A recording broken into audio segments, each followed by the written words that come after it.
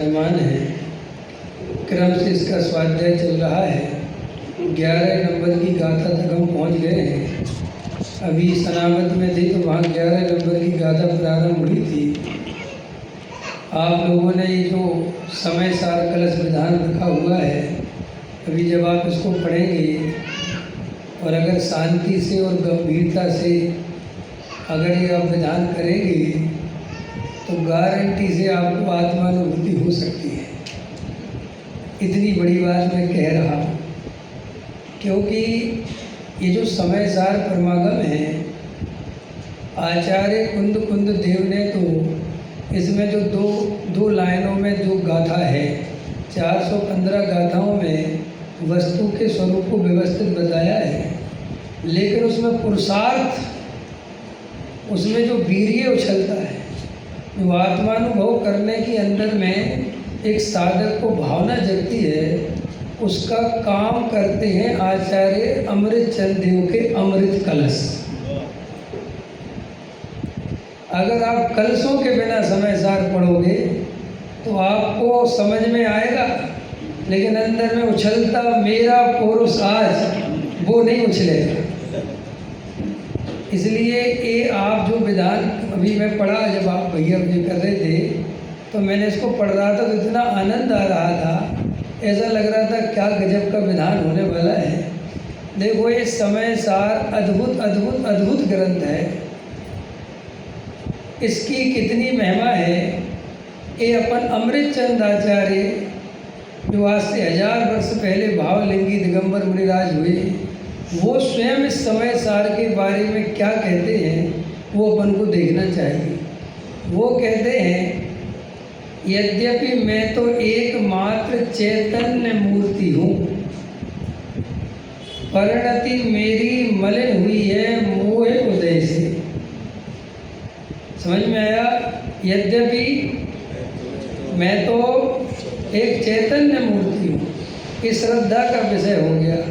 समझ में आया? कि दृष्टि का विषय हो गया। और परिणति मेरी मलिन हुई है मोह उदय से। अब उनकी कौन सी परिणति है? समझ में आया? क्योंकि वो तो 6वें 7वें स्थानवर्ती मुनिराज हैं, तो उनकी कौन सी परिणति मलिन है? तो वो कहते हैं जो शुभ भाव है, ये जो शास्त्र लिखने का राग आ जाता है, उपदेश देने का राग आ जाता है, स्तुति वंदना का राग आ जाता है, ये मेरी परिणति मलिन है। और इस परिणति को मैं शुद्ध करना चाहता हूँ। तो कहते कैसे होगी? तो कहते साहब समय सार की मैं जो टीका लिख रहा हूँ इससे होगी। तो जिनकी परिणति संजुलन वाली समय सार की टीका लिखने से शुद्ध हो जाए, तो हम समय सार का कलश मंगल विधान करें और हमारे मिथ्यात्व का नाश ना हो तो फिर विधान करना बेकार है। हमारे मिथ्यात्व का नाश इन 5 दिनों में करना ही करना है। करना है कि नहीं करना? बोलो। किस किस को करना? हाथ उठाओ। हाथ तो सब उठा देते हैं क्योंकि रेवड़ी बटरी कौन बना करेगा। और कई लोग तो इसलिए हाथ उठा देते हैं कि यार उठा तो लो ही कम से कम, मुफ्त में अपना नई वालों की लिस्ट में आ जाएगा। देखो भाई, ये मार्ग गंभीरता का है, वस्तु का स्वरूप समझने का है। समझ में आया? वस्तु का स्वरूप गहराई से अपन समझें, गंभीरता से उसका चिंतन करें तो अपनी बात बन सकती है। देखो आपकी हमारी भावनाएं बहुत अच्छी हो सकती हैं और होनी चाहिए, लेकिन जैन दर्शन में भावनाओं से कुछ नहीं होता। भावनाओं से भवन तो बनता है, लेकिन भावनाओं से मोक्ष नहीं मिलता। समझ में आया? यहाँ तो जैसा वस्तु का स्वरूप है वैसा निर्णय करे, वैसी श्रद्धा करे, वैसा अनुभव करे तो सम्यक दर्शन की प्राप्ति हो, तो मोक्ष की प्राप्ति हो। केवल भगवान के चरणों में बैठकर मोक्ष की कामना करता रहे। समझ में आया? यदि मोक्ष की है कामना तो चित्त को ना भरमाई। तो आचार्य अपने को कहते हैं कि भाई मैंने समय सार की टीका जो लिखी है उससे मेरी परिणति में जो मलिनता थी वो दूर हो गई है। ऐसे ही हम लोग भी यदि समय सार विधान को और प्रवचनों को गंभीरता से समझेंगे, सुनेंगे, तो गारंटी से हमारे में अभी जो मिथ्यात्व है, देखो भाई परिणति दो तरह की होती है, एक श्रद्धा की परिणति और एक चारित्र्य की परिणति। श्रद्धा की परिणति जब तक हमारी मलिन रहेगी तब तक हम चारित्र्य की परिणति में सुधार नहीं कर सकते। और मज़ेदार बात यह है कि हमें श्रद्धा की परिणति के बारे में पता ही नहीं है और चारित्र्य की परिणति के नाम पर भी जिसे हम शुद्ध परिणति समझते हैं, एक्चुअल में वो भी अशुद्ध परिणति है। हम शुभ भाव को शुद्ध परिणति समझते हैं और अशुभ भाव को अशुद्ध परिणति समझते हैं। समझ में आया? अब हमारा जो असली जो जड़ है, जो मिथ्यात्व है, उस तरफ हमारा ध्यान नहीं जाता। अब दूसरी बात क्या है और प्रॉब्लम क्या है कि टोडामल जी साहब कहते हैं कि निमित्त नैमित्तिक संबंध बहुत घने हैं। दया दान पूजा भक्ति छोड़ना भी नहीं और इनमें धर्म मानना भी नहीं। अब ये बैलेंस बनाते बनाते हमारी जिंदगी निकल जाती है, लेकिन हम समझ नहीं आता कि करना क्या है। क्योंकि जो समझाने की हमारी स्टाइल है और उसके अलावा हमारे पास रास्ता भी कोई दूसरा नहीं है, वो समझाने का स्टाइल ऐसा है कि हम कंफ्यूज रहते हैं कि एक्चुअल में करना क्या है। तो कन्फ्यूजन होते होते पहले आदमी व्यवहाराभासी होता है। सबसे पहले व्यवहाराभासी, फिर स्वाध्याय सुनने लगे और ज़्यादा ही सुन ले तो निश्चयाभासी, फिर निश्चयाभासी के फिर कान मरोड़ा तो फिर व्यवहाराभासी नहीं, फिर उभयाभासी। अब उभयाभासी का कान कौन मरोड़े? भाई व्यवहाराभासी का मरोड़ लोगे, निश्चयाभासी का मरोड़ लोगे, लेकिन उभयाभासी का कोई मरोड़ नहीं सकता। इसलिए मिथ्यात्व कहता है कि मेरा नाश हो नहीं सकता। आया समझ में? हम दोनों हाथों से धर्म करना चाहते हैं, एक हाथ से शुभ भाव की डोर पकड़ के रखना चाहते हैं और एक हाथ से शुद्ध भाव को खींचना चाहते हैं। और शुद्ध भाव की शर्त है कि जब तक तुम शुभ भाव को पूरी तरह हे नहीं करोगे इस दृष्टि में, सब दृष्टि में तो करना है लेकिन परिणति में तो रखना है, क्रिया में तो रखना है, ये सब मिथ्यात्व है। अंदर में ये निमित्त नैमित्तिक संबंध ऐसे हैं।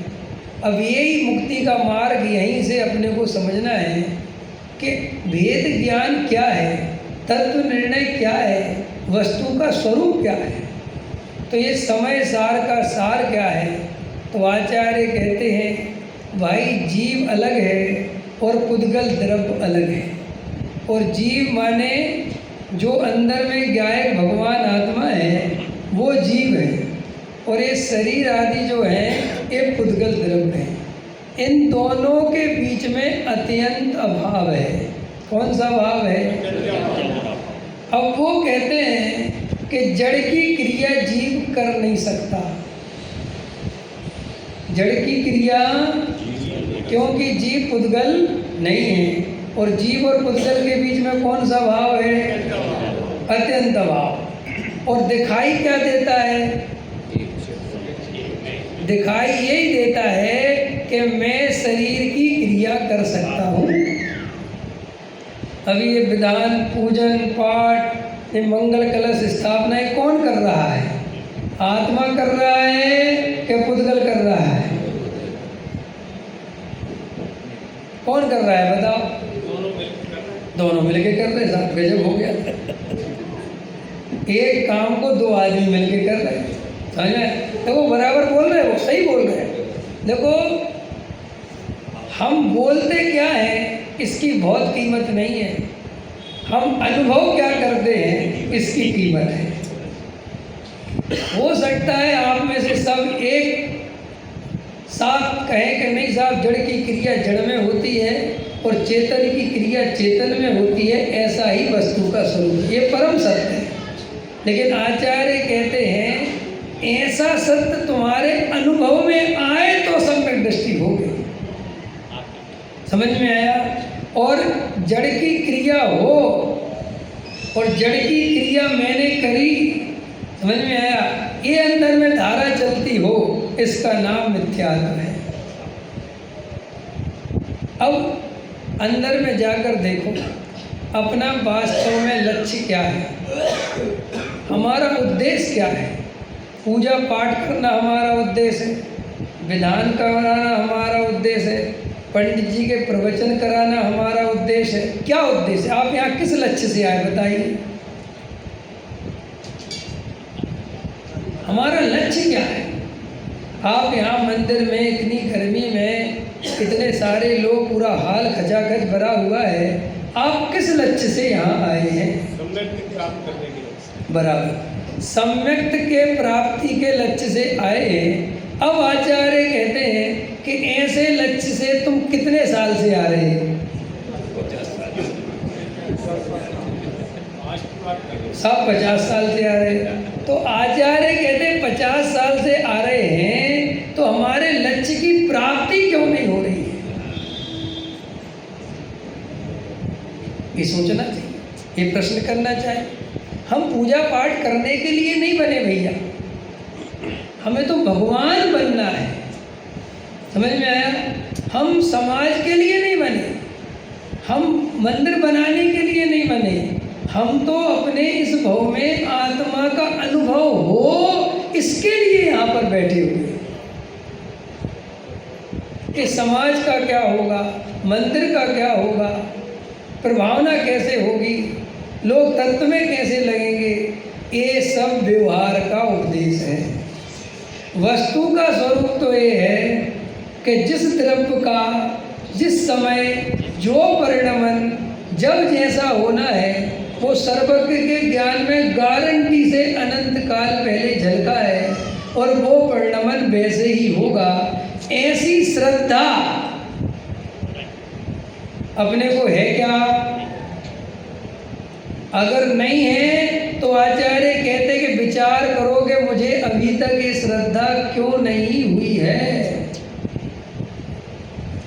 देखो पूज्य गुरुदेव श्री का 47 शक्तियों पर प्रवचन है, आप सबने पढ़े हो। उसमें गुरुदेव श्री कहते हैं कि आत्मा का लक्षण क्या है, बताओ आप लोग हैं? आत्मा का लक्षण क्या है? गुणमाला जी बताओ, आत्मा का लक्षण क्या है? हैं? जल्दी बोलते अपन, ज्ञान लक्षण। आत्मा में अनंत गुण है कि नहीं? फिर आत्मा में अनंत गुण है तो ज्ञान गुण को ही आत्मा का लक्षण क्यों बनाया? बताओ बताओ।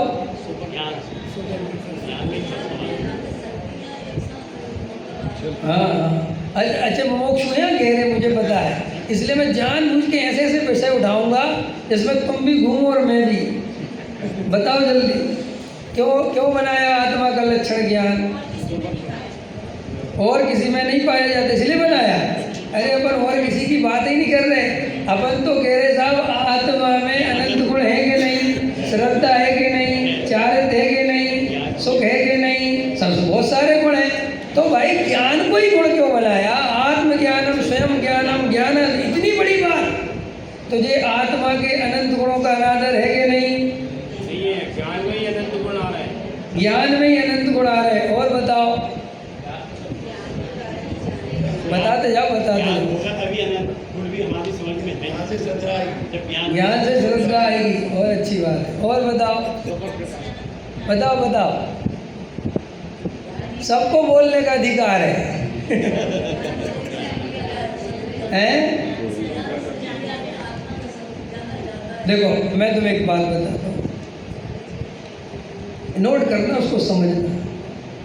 ज्ञान गुण ही ऐसा गुण है जिसमें कभी अशुद्धता नहीं आती, और ज्ञान ही ऐसा गुण है जिसके द्वारा सब कुछ जाना जाता है कि मेरी श्रद्धा कैसी है, मेरी परिणति। अंदर में चारित्र को नहीं जानता, चारित्र को भी जानता ज्ञान है। और जब अपन निगोदिया की बात करते हैं तो निगोदिया की भी पहचान कैसे करी कि सब अक्षर का अनंत व भाग ज्ञान बसता है। इसलिए ज्ञान में अशुद्धता नहीं आती, इसलिए उन्होंने कहा ज्ञान ही आत्मा का लक्षण बनाना, क्योंकि ज्ञान भी शुद्ध है और आत्मा भी शुद्ध है। समझ में आया कि नहीं? आपके राग है परिणति में, कसाय है, तो ज्ञान ने जाना कि ये राग है, तो जिस समय ज्ञान ने अशुद्धता को जाना उस समय ज्ञान अशुद्ध हुआ कि शुद्ध? बोलो जल्दी। इतनी बात हो गई। अब गुरुदेव क्या कहते हैं, मुर्गी सुनो। अब गुरुदेव गजब की बात कहते हैं। गुरुदेव कहते हैं कि आत्मा का लक्षण ज्ञान है, पर कौन सा ज्ञान, ये बताओ। गुरुदेव कहते हैं जो ज्ञायक को प्रसिद्ध करे, जो अपनी आत्म स्वरूप को प्रसिद्ध करे, वो ज्ञान मेरा लक्षण है। जो ज्ञों को प्रसिद्ध करे वो लक्षण मेरा नहीं है। इसलिए तुम जिस ज्ञान को देखते हो वो ज्ञान हमारा नहीं है, क्योंकि वो ज्ञान प्रति समय प्रसिद्धि किसकी कर रहा है। हम ऐसे जानने बैठ जाते सामने में ज्ञान वाला, लेकिन उस ज्ञान में गायक तो झलका ही नहीं रहा। उस ज्ञान में तो राग, देश, कसाय, संसार, स्त्री, पौत्र, मकान, दुकान, यही झलक रहे हैं। तो गुरुदेव श्री कहते हैं आत्मा का लक्षण अकेला ज्ञान मत पकड़ना। कौन सा ज्ञान पकड़ना? जो अपने ज्ञायक को प्रसिद्ध करता हो वो ज्ञान पकड़ना। तो सब ये कैसे होगा, ज्ञायक को प्रसिद्ध कैसे करेगा ज्ञान? अब देखो ये मुद्दे की बात है। आपने बहुत चर्चाएं सुनी होंगी, उसका किसी भी बात का मैं खंडन या मंडन नहीं कर रहा, मैं सिर्फ एक दूसरी शैली से आपको समझाने की कोशिश कर रहा हूँ। देखो अपने को भगवान आत्मा का अनुभव करना है, समझ में? तो अपन करें कैसे आत्मा का अनुभव? अंदर में जाके लोग प्रश्न पूछते हैं कि साहब हम आत्मा को कैसे देखें? द्रव्य तो दिखाई देता नहीं। दिखाई देता है क्या द्रव्य? बोलो जल्दी जी। द्रव्य तो कभी दिखाई देता नहीं, ठीक है। और दिखाई क्या देती है? और पर्याय को देखने से तो पर्याय दृष्टि होगी, और द्रव्य दिखाई नहीं देता। और द्रव्य दृष्टि का नाम सम्यक दर्शन है। तो हम द्रव्य दृष्टि कैसे करें? बोलो। और ज्ञान जो है वो तो साहब एक समय की पर्याय है। तो फिर कैसे करें अपन? भेद क्या करें बताओ? आत्मा की अनुभूति कैसे करें?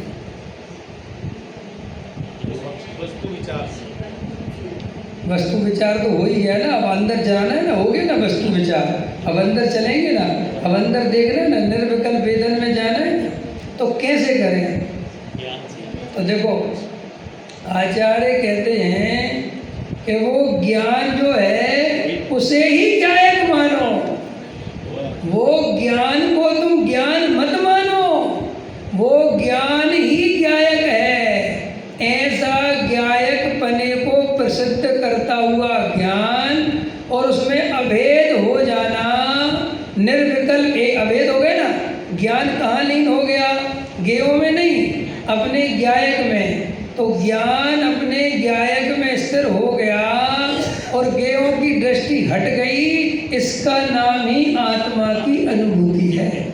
ज्ञानानुभूति ही आत्मानुभूति है। लेकिन कौन सी ज्ञानानुभूति जिसमें ये ज्ञान है, ऐसा विकल्प नहीं, ये ज्ञान ही आत्मा है, ऐसी अभेद की अनुभूति, इसका नाम आत्मा की अनुभूति है। ये तो मैंने तुम्हें डायरेक्ट वहां पहुंचा दिया जो काम करने वाला है। अब इसके पहले क्या करना है वो समझना है। इसके पहले हमें सही तत्व निर्णय करना है। आत्मानुभूति कठिन नहीं, तत्व निर्णय कठिन है। तत्व निर्णय क्यों कठिन है? तत्व निर्णय कठिन क्यों है? क्योंकि बाहर में जो 9 कर्म, द्रव्य कर्म, भाव कर्म है, इनमें अनादि काल से हमारा एकत्व, ममत्व, कर्तृत्व और भोक्तृत्व ऐसा फंसा हुआ है कि श्री गुरु के द्वारा बार बार समझाने पर भी ये देह मेरी है, इसका कर्ता भोक्ता मैं हूँ, ये रागादि विकारी भाव मेरे हैं, इनका कर्ता भोक्ता मैं हूँ। बार बार वेद ज्ञान कराने पर भी आचार्य कहते हैं कि ये बार बार उनमें एकत्व ममत्व स्थापित करता है।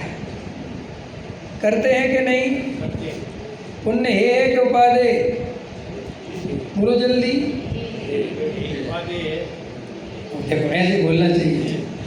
उपाधि है, समझ में आया कि नहीं आया? कब तक उपाधि है? जब तक शुद्ध। क्या की दिक्कत है? सही है कि नहीं? पुण्य कब तक उपाधि है? तो कभी होगा? नहीं होगा। कई महाराज बोलते ना, अरे शुद्ध भाव तो है, उपाधि है, लेकिन कब तक पुण्य जब तक है? कब तक? जब तक शुद्ध भाव में नहीं जाए। तो आचार्य कहते तू कभी जाएगा ही नहीं।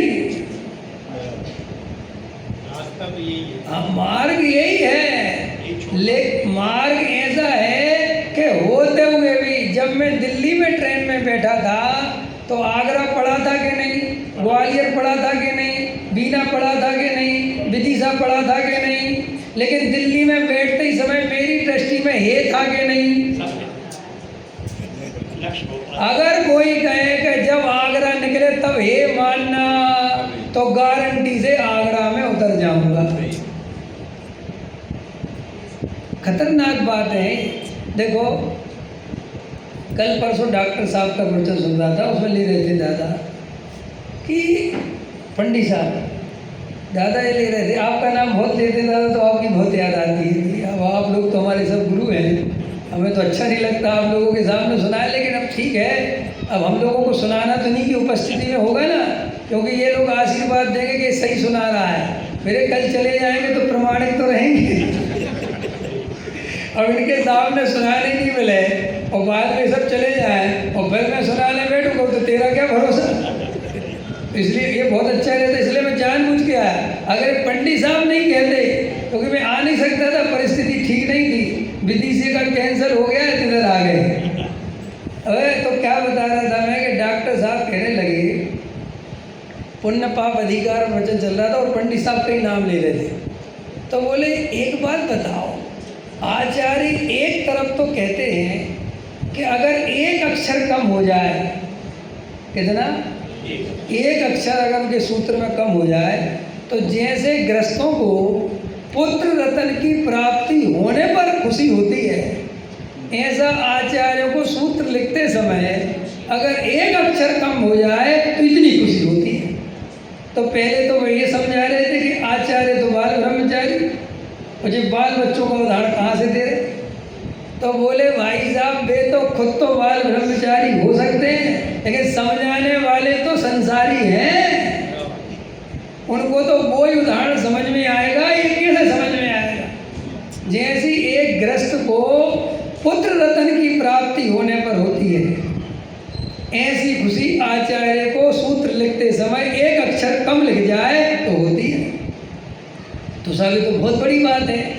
तो फिर दादा ये ले रहे थे कि एक तरफ तो ये आचार्य ऐसी बात कहते हैं और दूसरी तरफ एक ही बात को और पुण्य पाप अधिकार उठा के देखो साहब, कितना रिपीट, वही आप वही करता कर्म उठा के देखो, करता नहीं।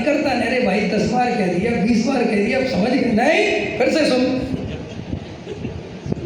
जैसे अपने गुरुदेव श्री थे ना, समय सार पूरा होता होगा तब क्या होता होगा, सही बात होता, श्रोताओं के मन में क्या होता। 2-4 बार में तो समझ गए होंगे, लेकिन पहली 2-3 बार तो लोग कहते हो क्या रहा है। जैसे गुरुदेव गाथा पूरी हो गई, चलो समय सारथी शास्त्र पूरा हो गया, ठीक है साहब, कल से कौन सा शास्त्र लगाएंगे, बताएंगे।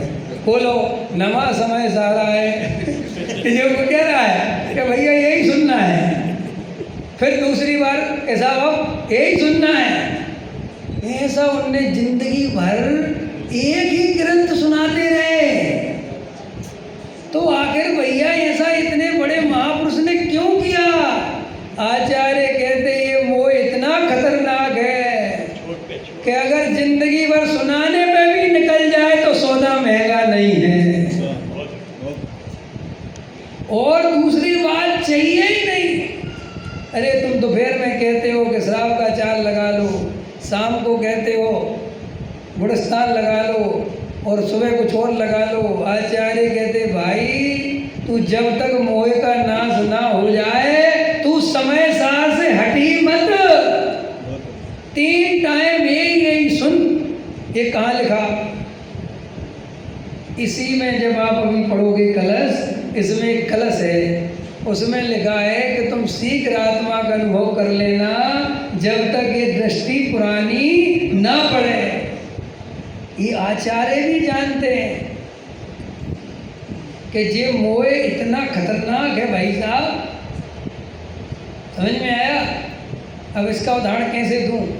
जैसे कोई आदमी को जेल से 2 दिन के लिए छोड़ा हो और वापस जेल में जाना हो, समझ में आया? अब 2 दिन में तू कुछ ऐसा काम करके दिखा दे, समझ में आया, कि वो खुश हो जाए और वो कहे चल तू अब निकल यहाँ से। ऐसे ही आचार्य कहते हैं कि ये मोह तुम्हें थोड़ा बीच में ढीला छोड़ता है। कि साहब कहाँ ढीला छोड़ता है? देव शास्त्र गुरु के निकट आते हो उस समय मोह तुम्हें ढीला छोड़ता है। ये ढीला छोड़ता समझ गए साहब? वो कहता है कि तू निकल सके ना तो निकल। लेकिन हम यहाँ आकर हमने तो घूमी 4 गलियां नाम ऐसे कर करूँगे। अब वो मोह हंसता है वहाँ से देख के, अच्छा पागल है। जैसे तैसे तो इसको देवशास्त्र गुरु मिले, जैसे तैसे तो निकलने का अवसर मिला और जो यहाँ 4 गतियाँ घूम के और वो 200 पापी 100 टन की मार हो और दारी 3 सुड़ी दीन तड़ी सुन विनती मारी दीन तड़ी वो फिर लगे और सुने और बस वो फिर बाहर खड़ा ही हुआ है। वो कहता जा बेटा चल। और ऐसा मनुष्य भव में आपको रोज जो मोक्षु जीव हैं, देखो गैर मोक्षु को तो मोह ने ढीला छोड़ा ही नहीं। उन पे तो सीता जो बेचारे व्यवहारी हैं उन पे छोटा मोटा कानून नहीं लगा, धारा 306 लगी जिसके अंतर्गत कैदी को 1 मिनट की भी पैरोल नहीं मिल सकती। समझ में? छोटा मोटा अपराधी होता है उसको कहते चल जाते घूम या 2-4 दिन, लेकिन जो बड़े मटर के केस होते हैं उसको अंदर डाल के रखते हैं। ऐसे ही जिनको ये तत्व ज्ञान सुनने ही नहीं मिला उनको तो मोह रूपी 50 ने ऐसा जगड़ रखा है कि वे तो जिंदगी भर बेचारे शांति धारा करते चले जाएंगे। समझ में आया? उनको बेचारों को कोई बताने वाला नहीं है कि भगवान आत्मा तू स्वयं भगवान है। ये तो बहुत पल्ले पुण्य चाहिए, साथी से पुण्य का उदय चाहिए जिस जीव को एक काने बात पड़े कि हे जीव तू स्वयं भगवान है। ये हल्का पतरा पुण्य नहीं, बहुत पुण्य चाहिए। लेकिन जो चीज हमें आसानी से मिल जाती है उसकी कीमत नहीं।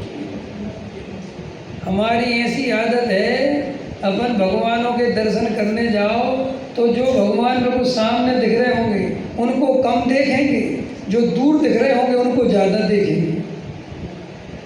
समझ में आया कि नहीं आया? क्योंकि दूर की चीज़ सुहावनी लगती है।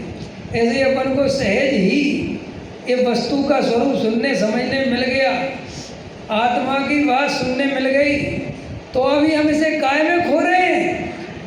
उन्हीं संसारियों जैसा आचरण करके पैसा कमाने में, श्रृंगारों में, बड़े बड़े घर बनाने में, बड़े बड़े मंदिर, बड़े बड़े प्रवाह इन्हीं कामों में लगे, जबकि अपन जैसे जीवों को जिनको आत्मा की बात सुनने मिली है उन्हें चुपचाप संसार से विदा हो जाना चाहिए, उन्हें चुपचाप एकांत पकड़ लेना चाहिए, उन्हें बिल्कुल संसार की राजनीति से, विषय कसायों से विरक्त हो जाना ही चाहिए।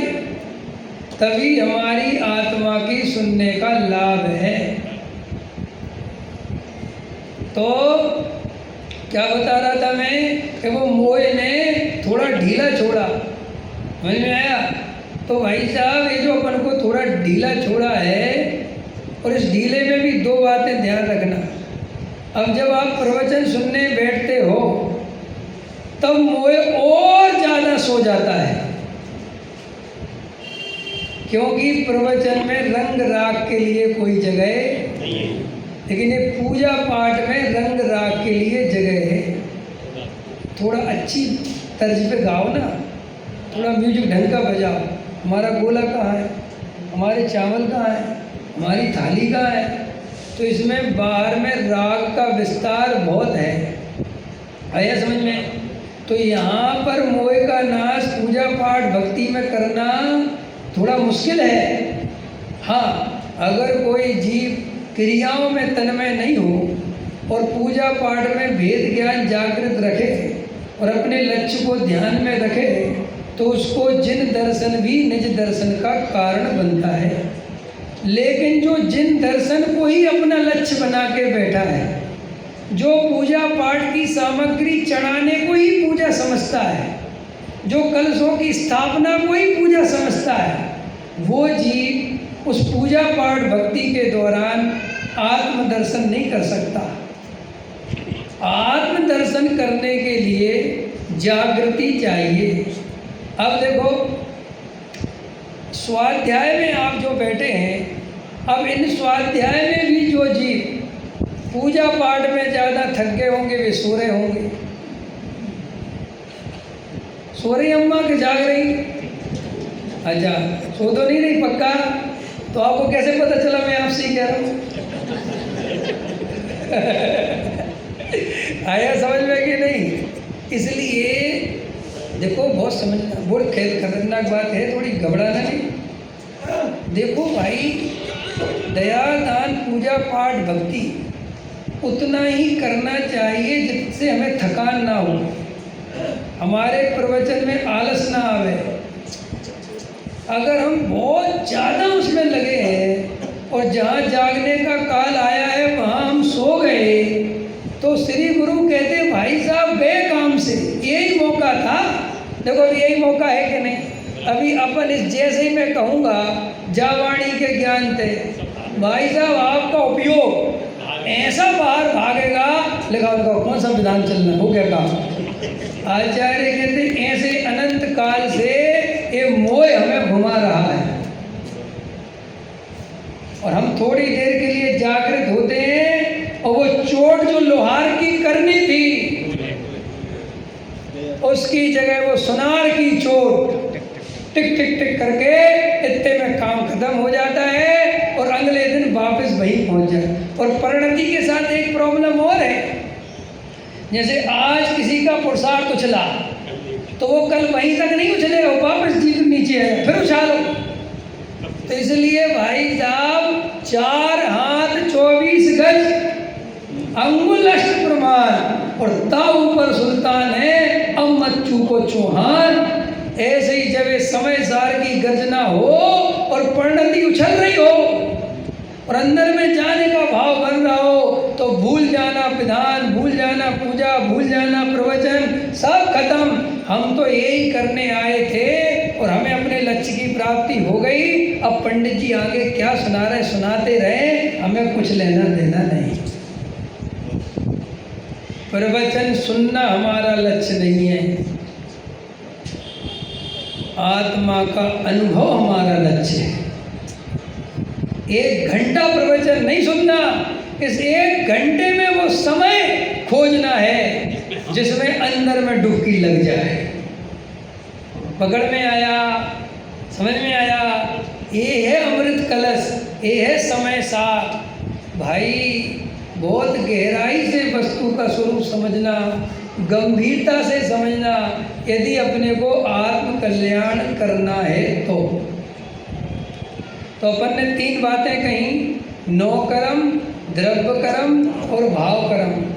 इन 3 कर्मों से भिन्न, समझ में आया, भगवान आत्मा जो शुभ भाव रूपी नहीं है, अशुभ भाव रूपी नहीं है और शुद्ध भाव रूपी नहीं है। तीसरी बात पच गई? नहीं पची? अच्छा बताओ, आप में से शुद्ध भाव किस किस के पास? अच्छा एक बात बताओ, समय सार की 6वीं गाथा में जब आचार्य भगवंत ने ये कहा कि भगवान आत्मा प्रमत्त नहीं, अप्रमत्त नहीं, तो प्रमत्त से पहले से 6वां और अप्रमत्त का 7वें से 14वां स्थान उनने कहा आत्मा में नहीं है। बराबर है कि नहीं? डॉक्टर साहब एक बात बहुत अच्छी बताते थे कि जब अपन ये कहो ना शुभ भाव में धर्म नहीं, तो किसी को कोई तकलीफ नहीं होती। अशोक जी भाई साहब, किसी को कोई तकलीफ, आप बोलो बहुत अच्छे से, दया दान पूजा भक्ति में कोई धर्म नहीं। लेकिन जब ये कहो कि मंदिर जाना और दुकान जाना एक ही बात है, ये क्या बोल रहे? अब जबकि वो बात अब वो प्रैक्टिकल करके बताई तो तकलीफ हो गई, क्योंकि हम इतना गहराई में सोचते ही नहीं कि यार शुभ अशुभ भाव एक समान है। अब एक समान कह देते हैं, लेकिन जब उसका एक समान का अर्थ करते हैं तो अच्छे अच्छे मुमुक्षु लड़ाई करने लगते हैं। इसलिए अपने विद्वान भी उसका ज़्यादा खुलासा ना करके बस दया दान पूजा भक्ति है पर छोड़ना नहीं, तो गाजी है वो कहते हैं ऐसा तो आप जिंदगी भर कहो। इसमें क्या दिक्कत है भाई? देखो भाई, शुभ भाव है, ये परम सत्य है। जब तक तुम ये श्रद्धान नहीं करोगे तब तक सब में, लेकिन छोड़ना मत।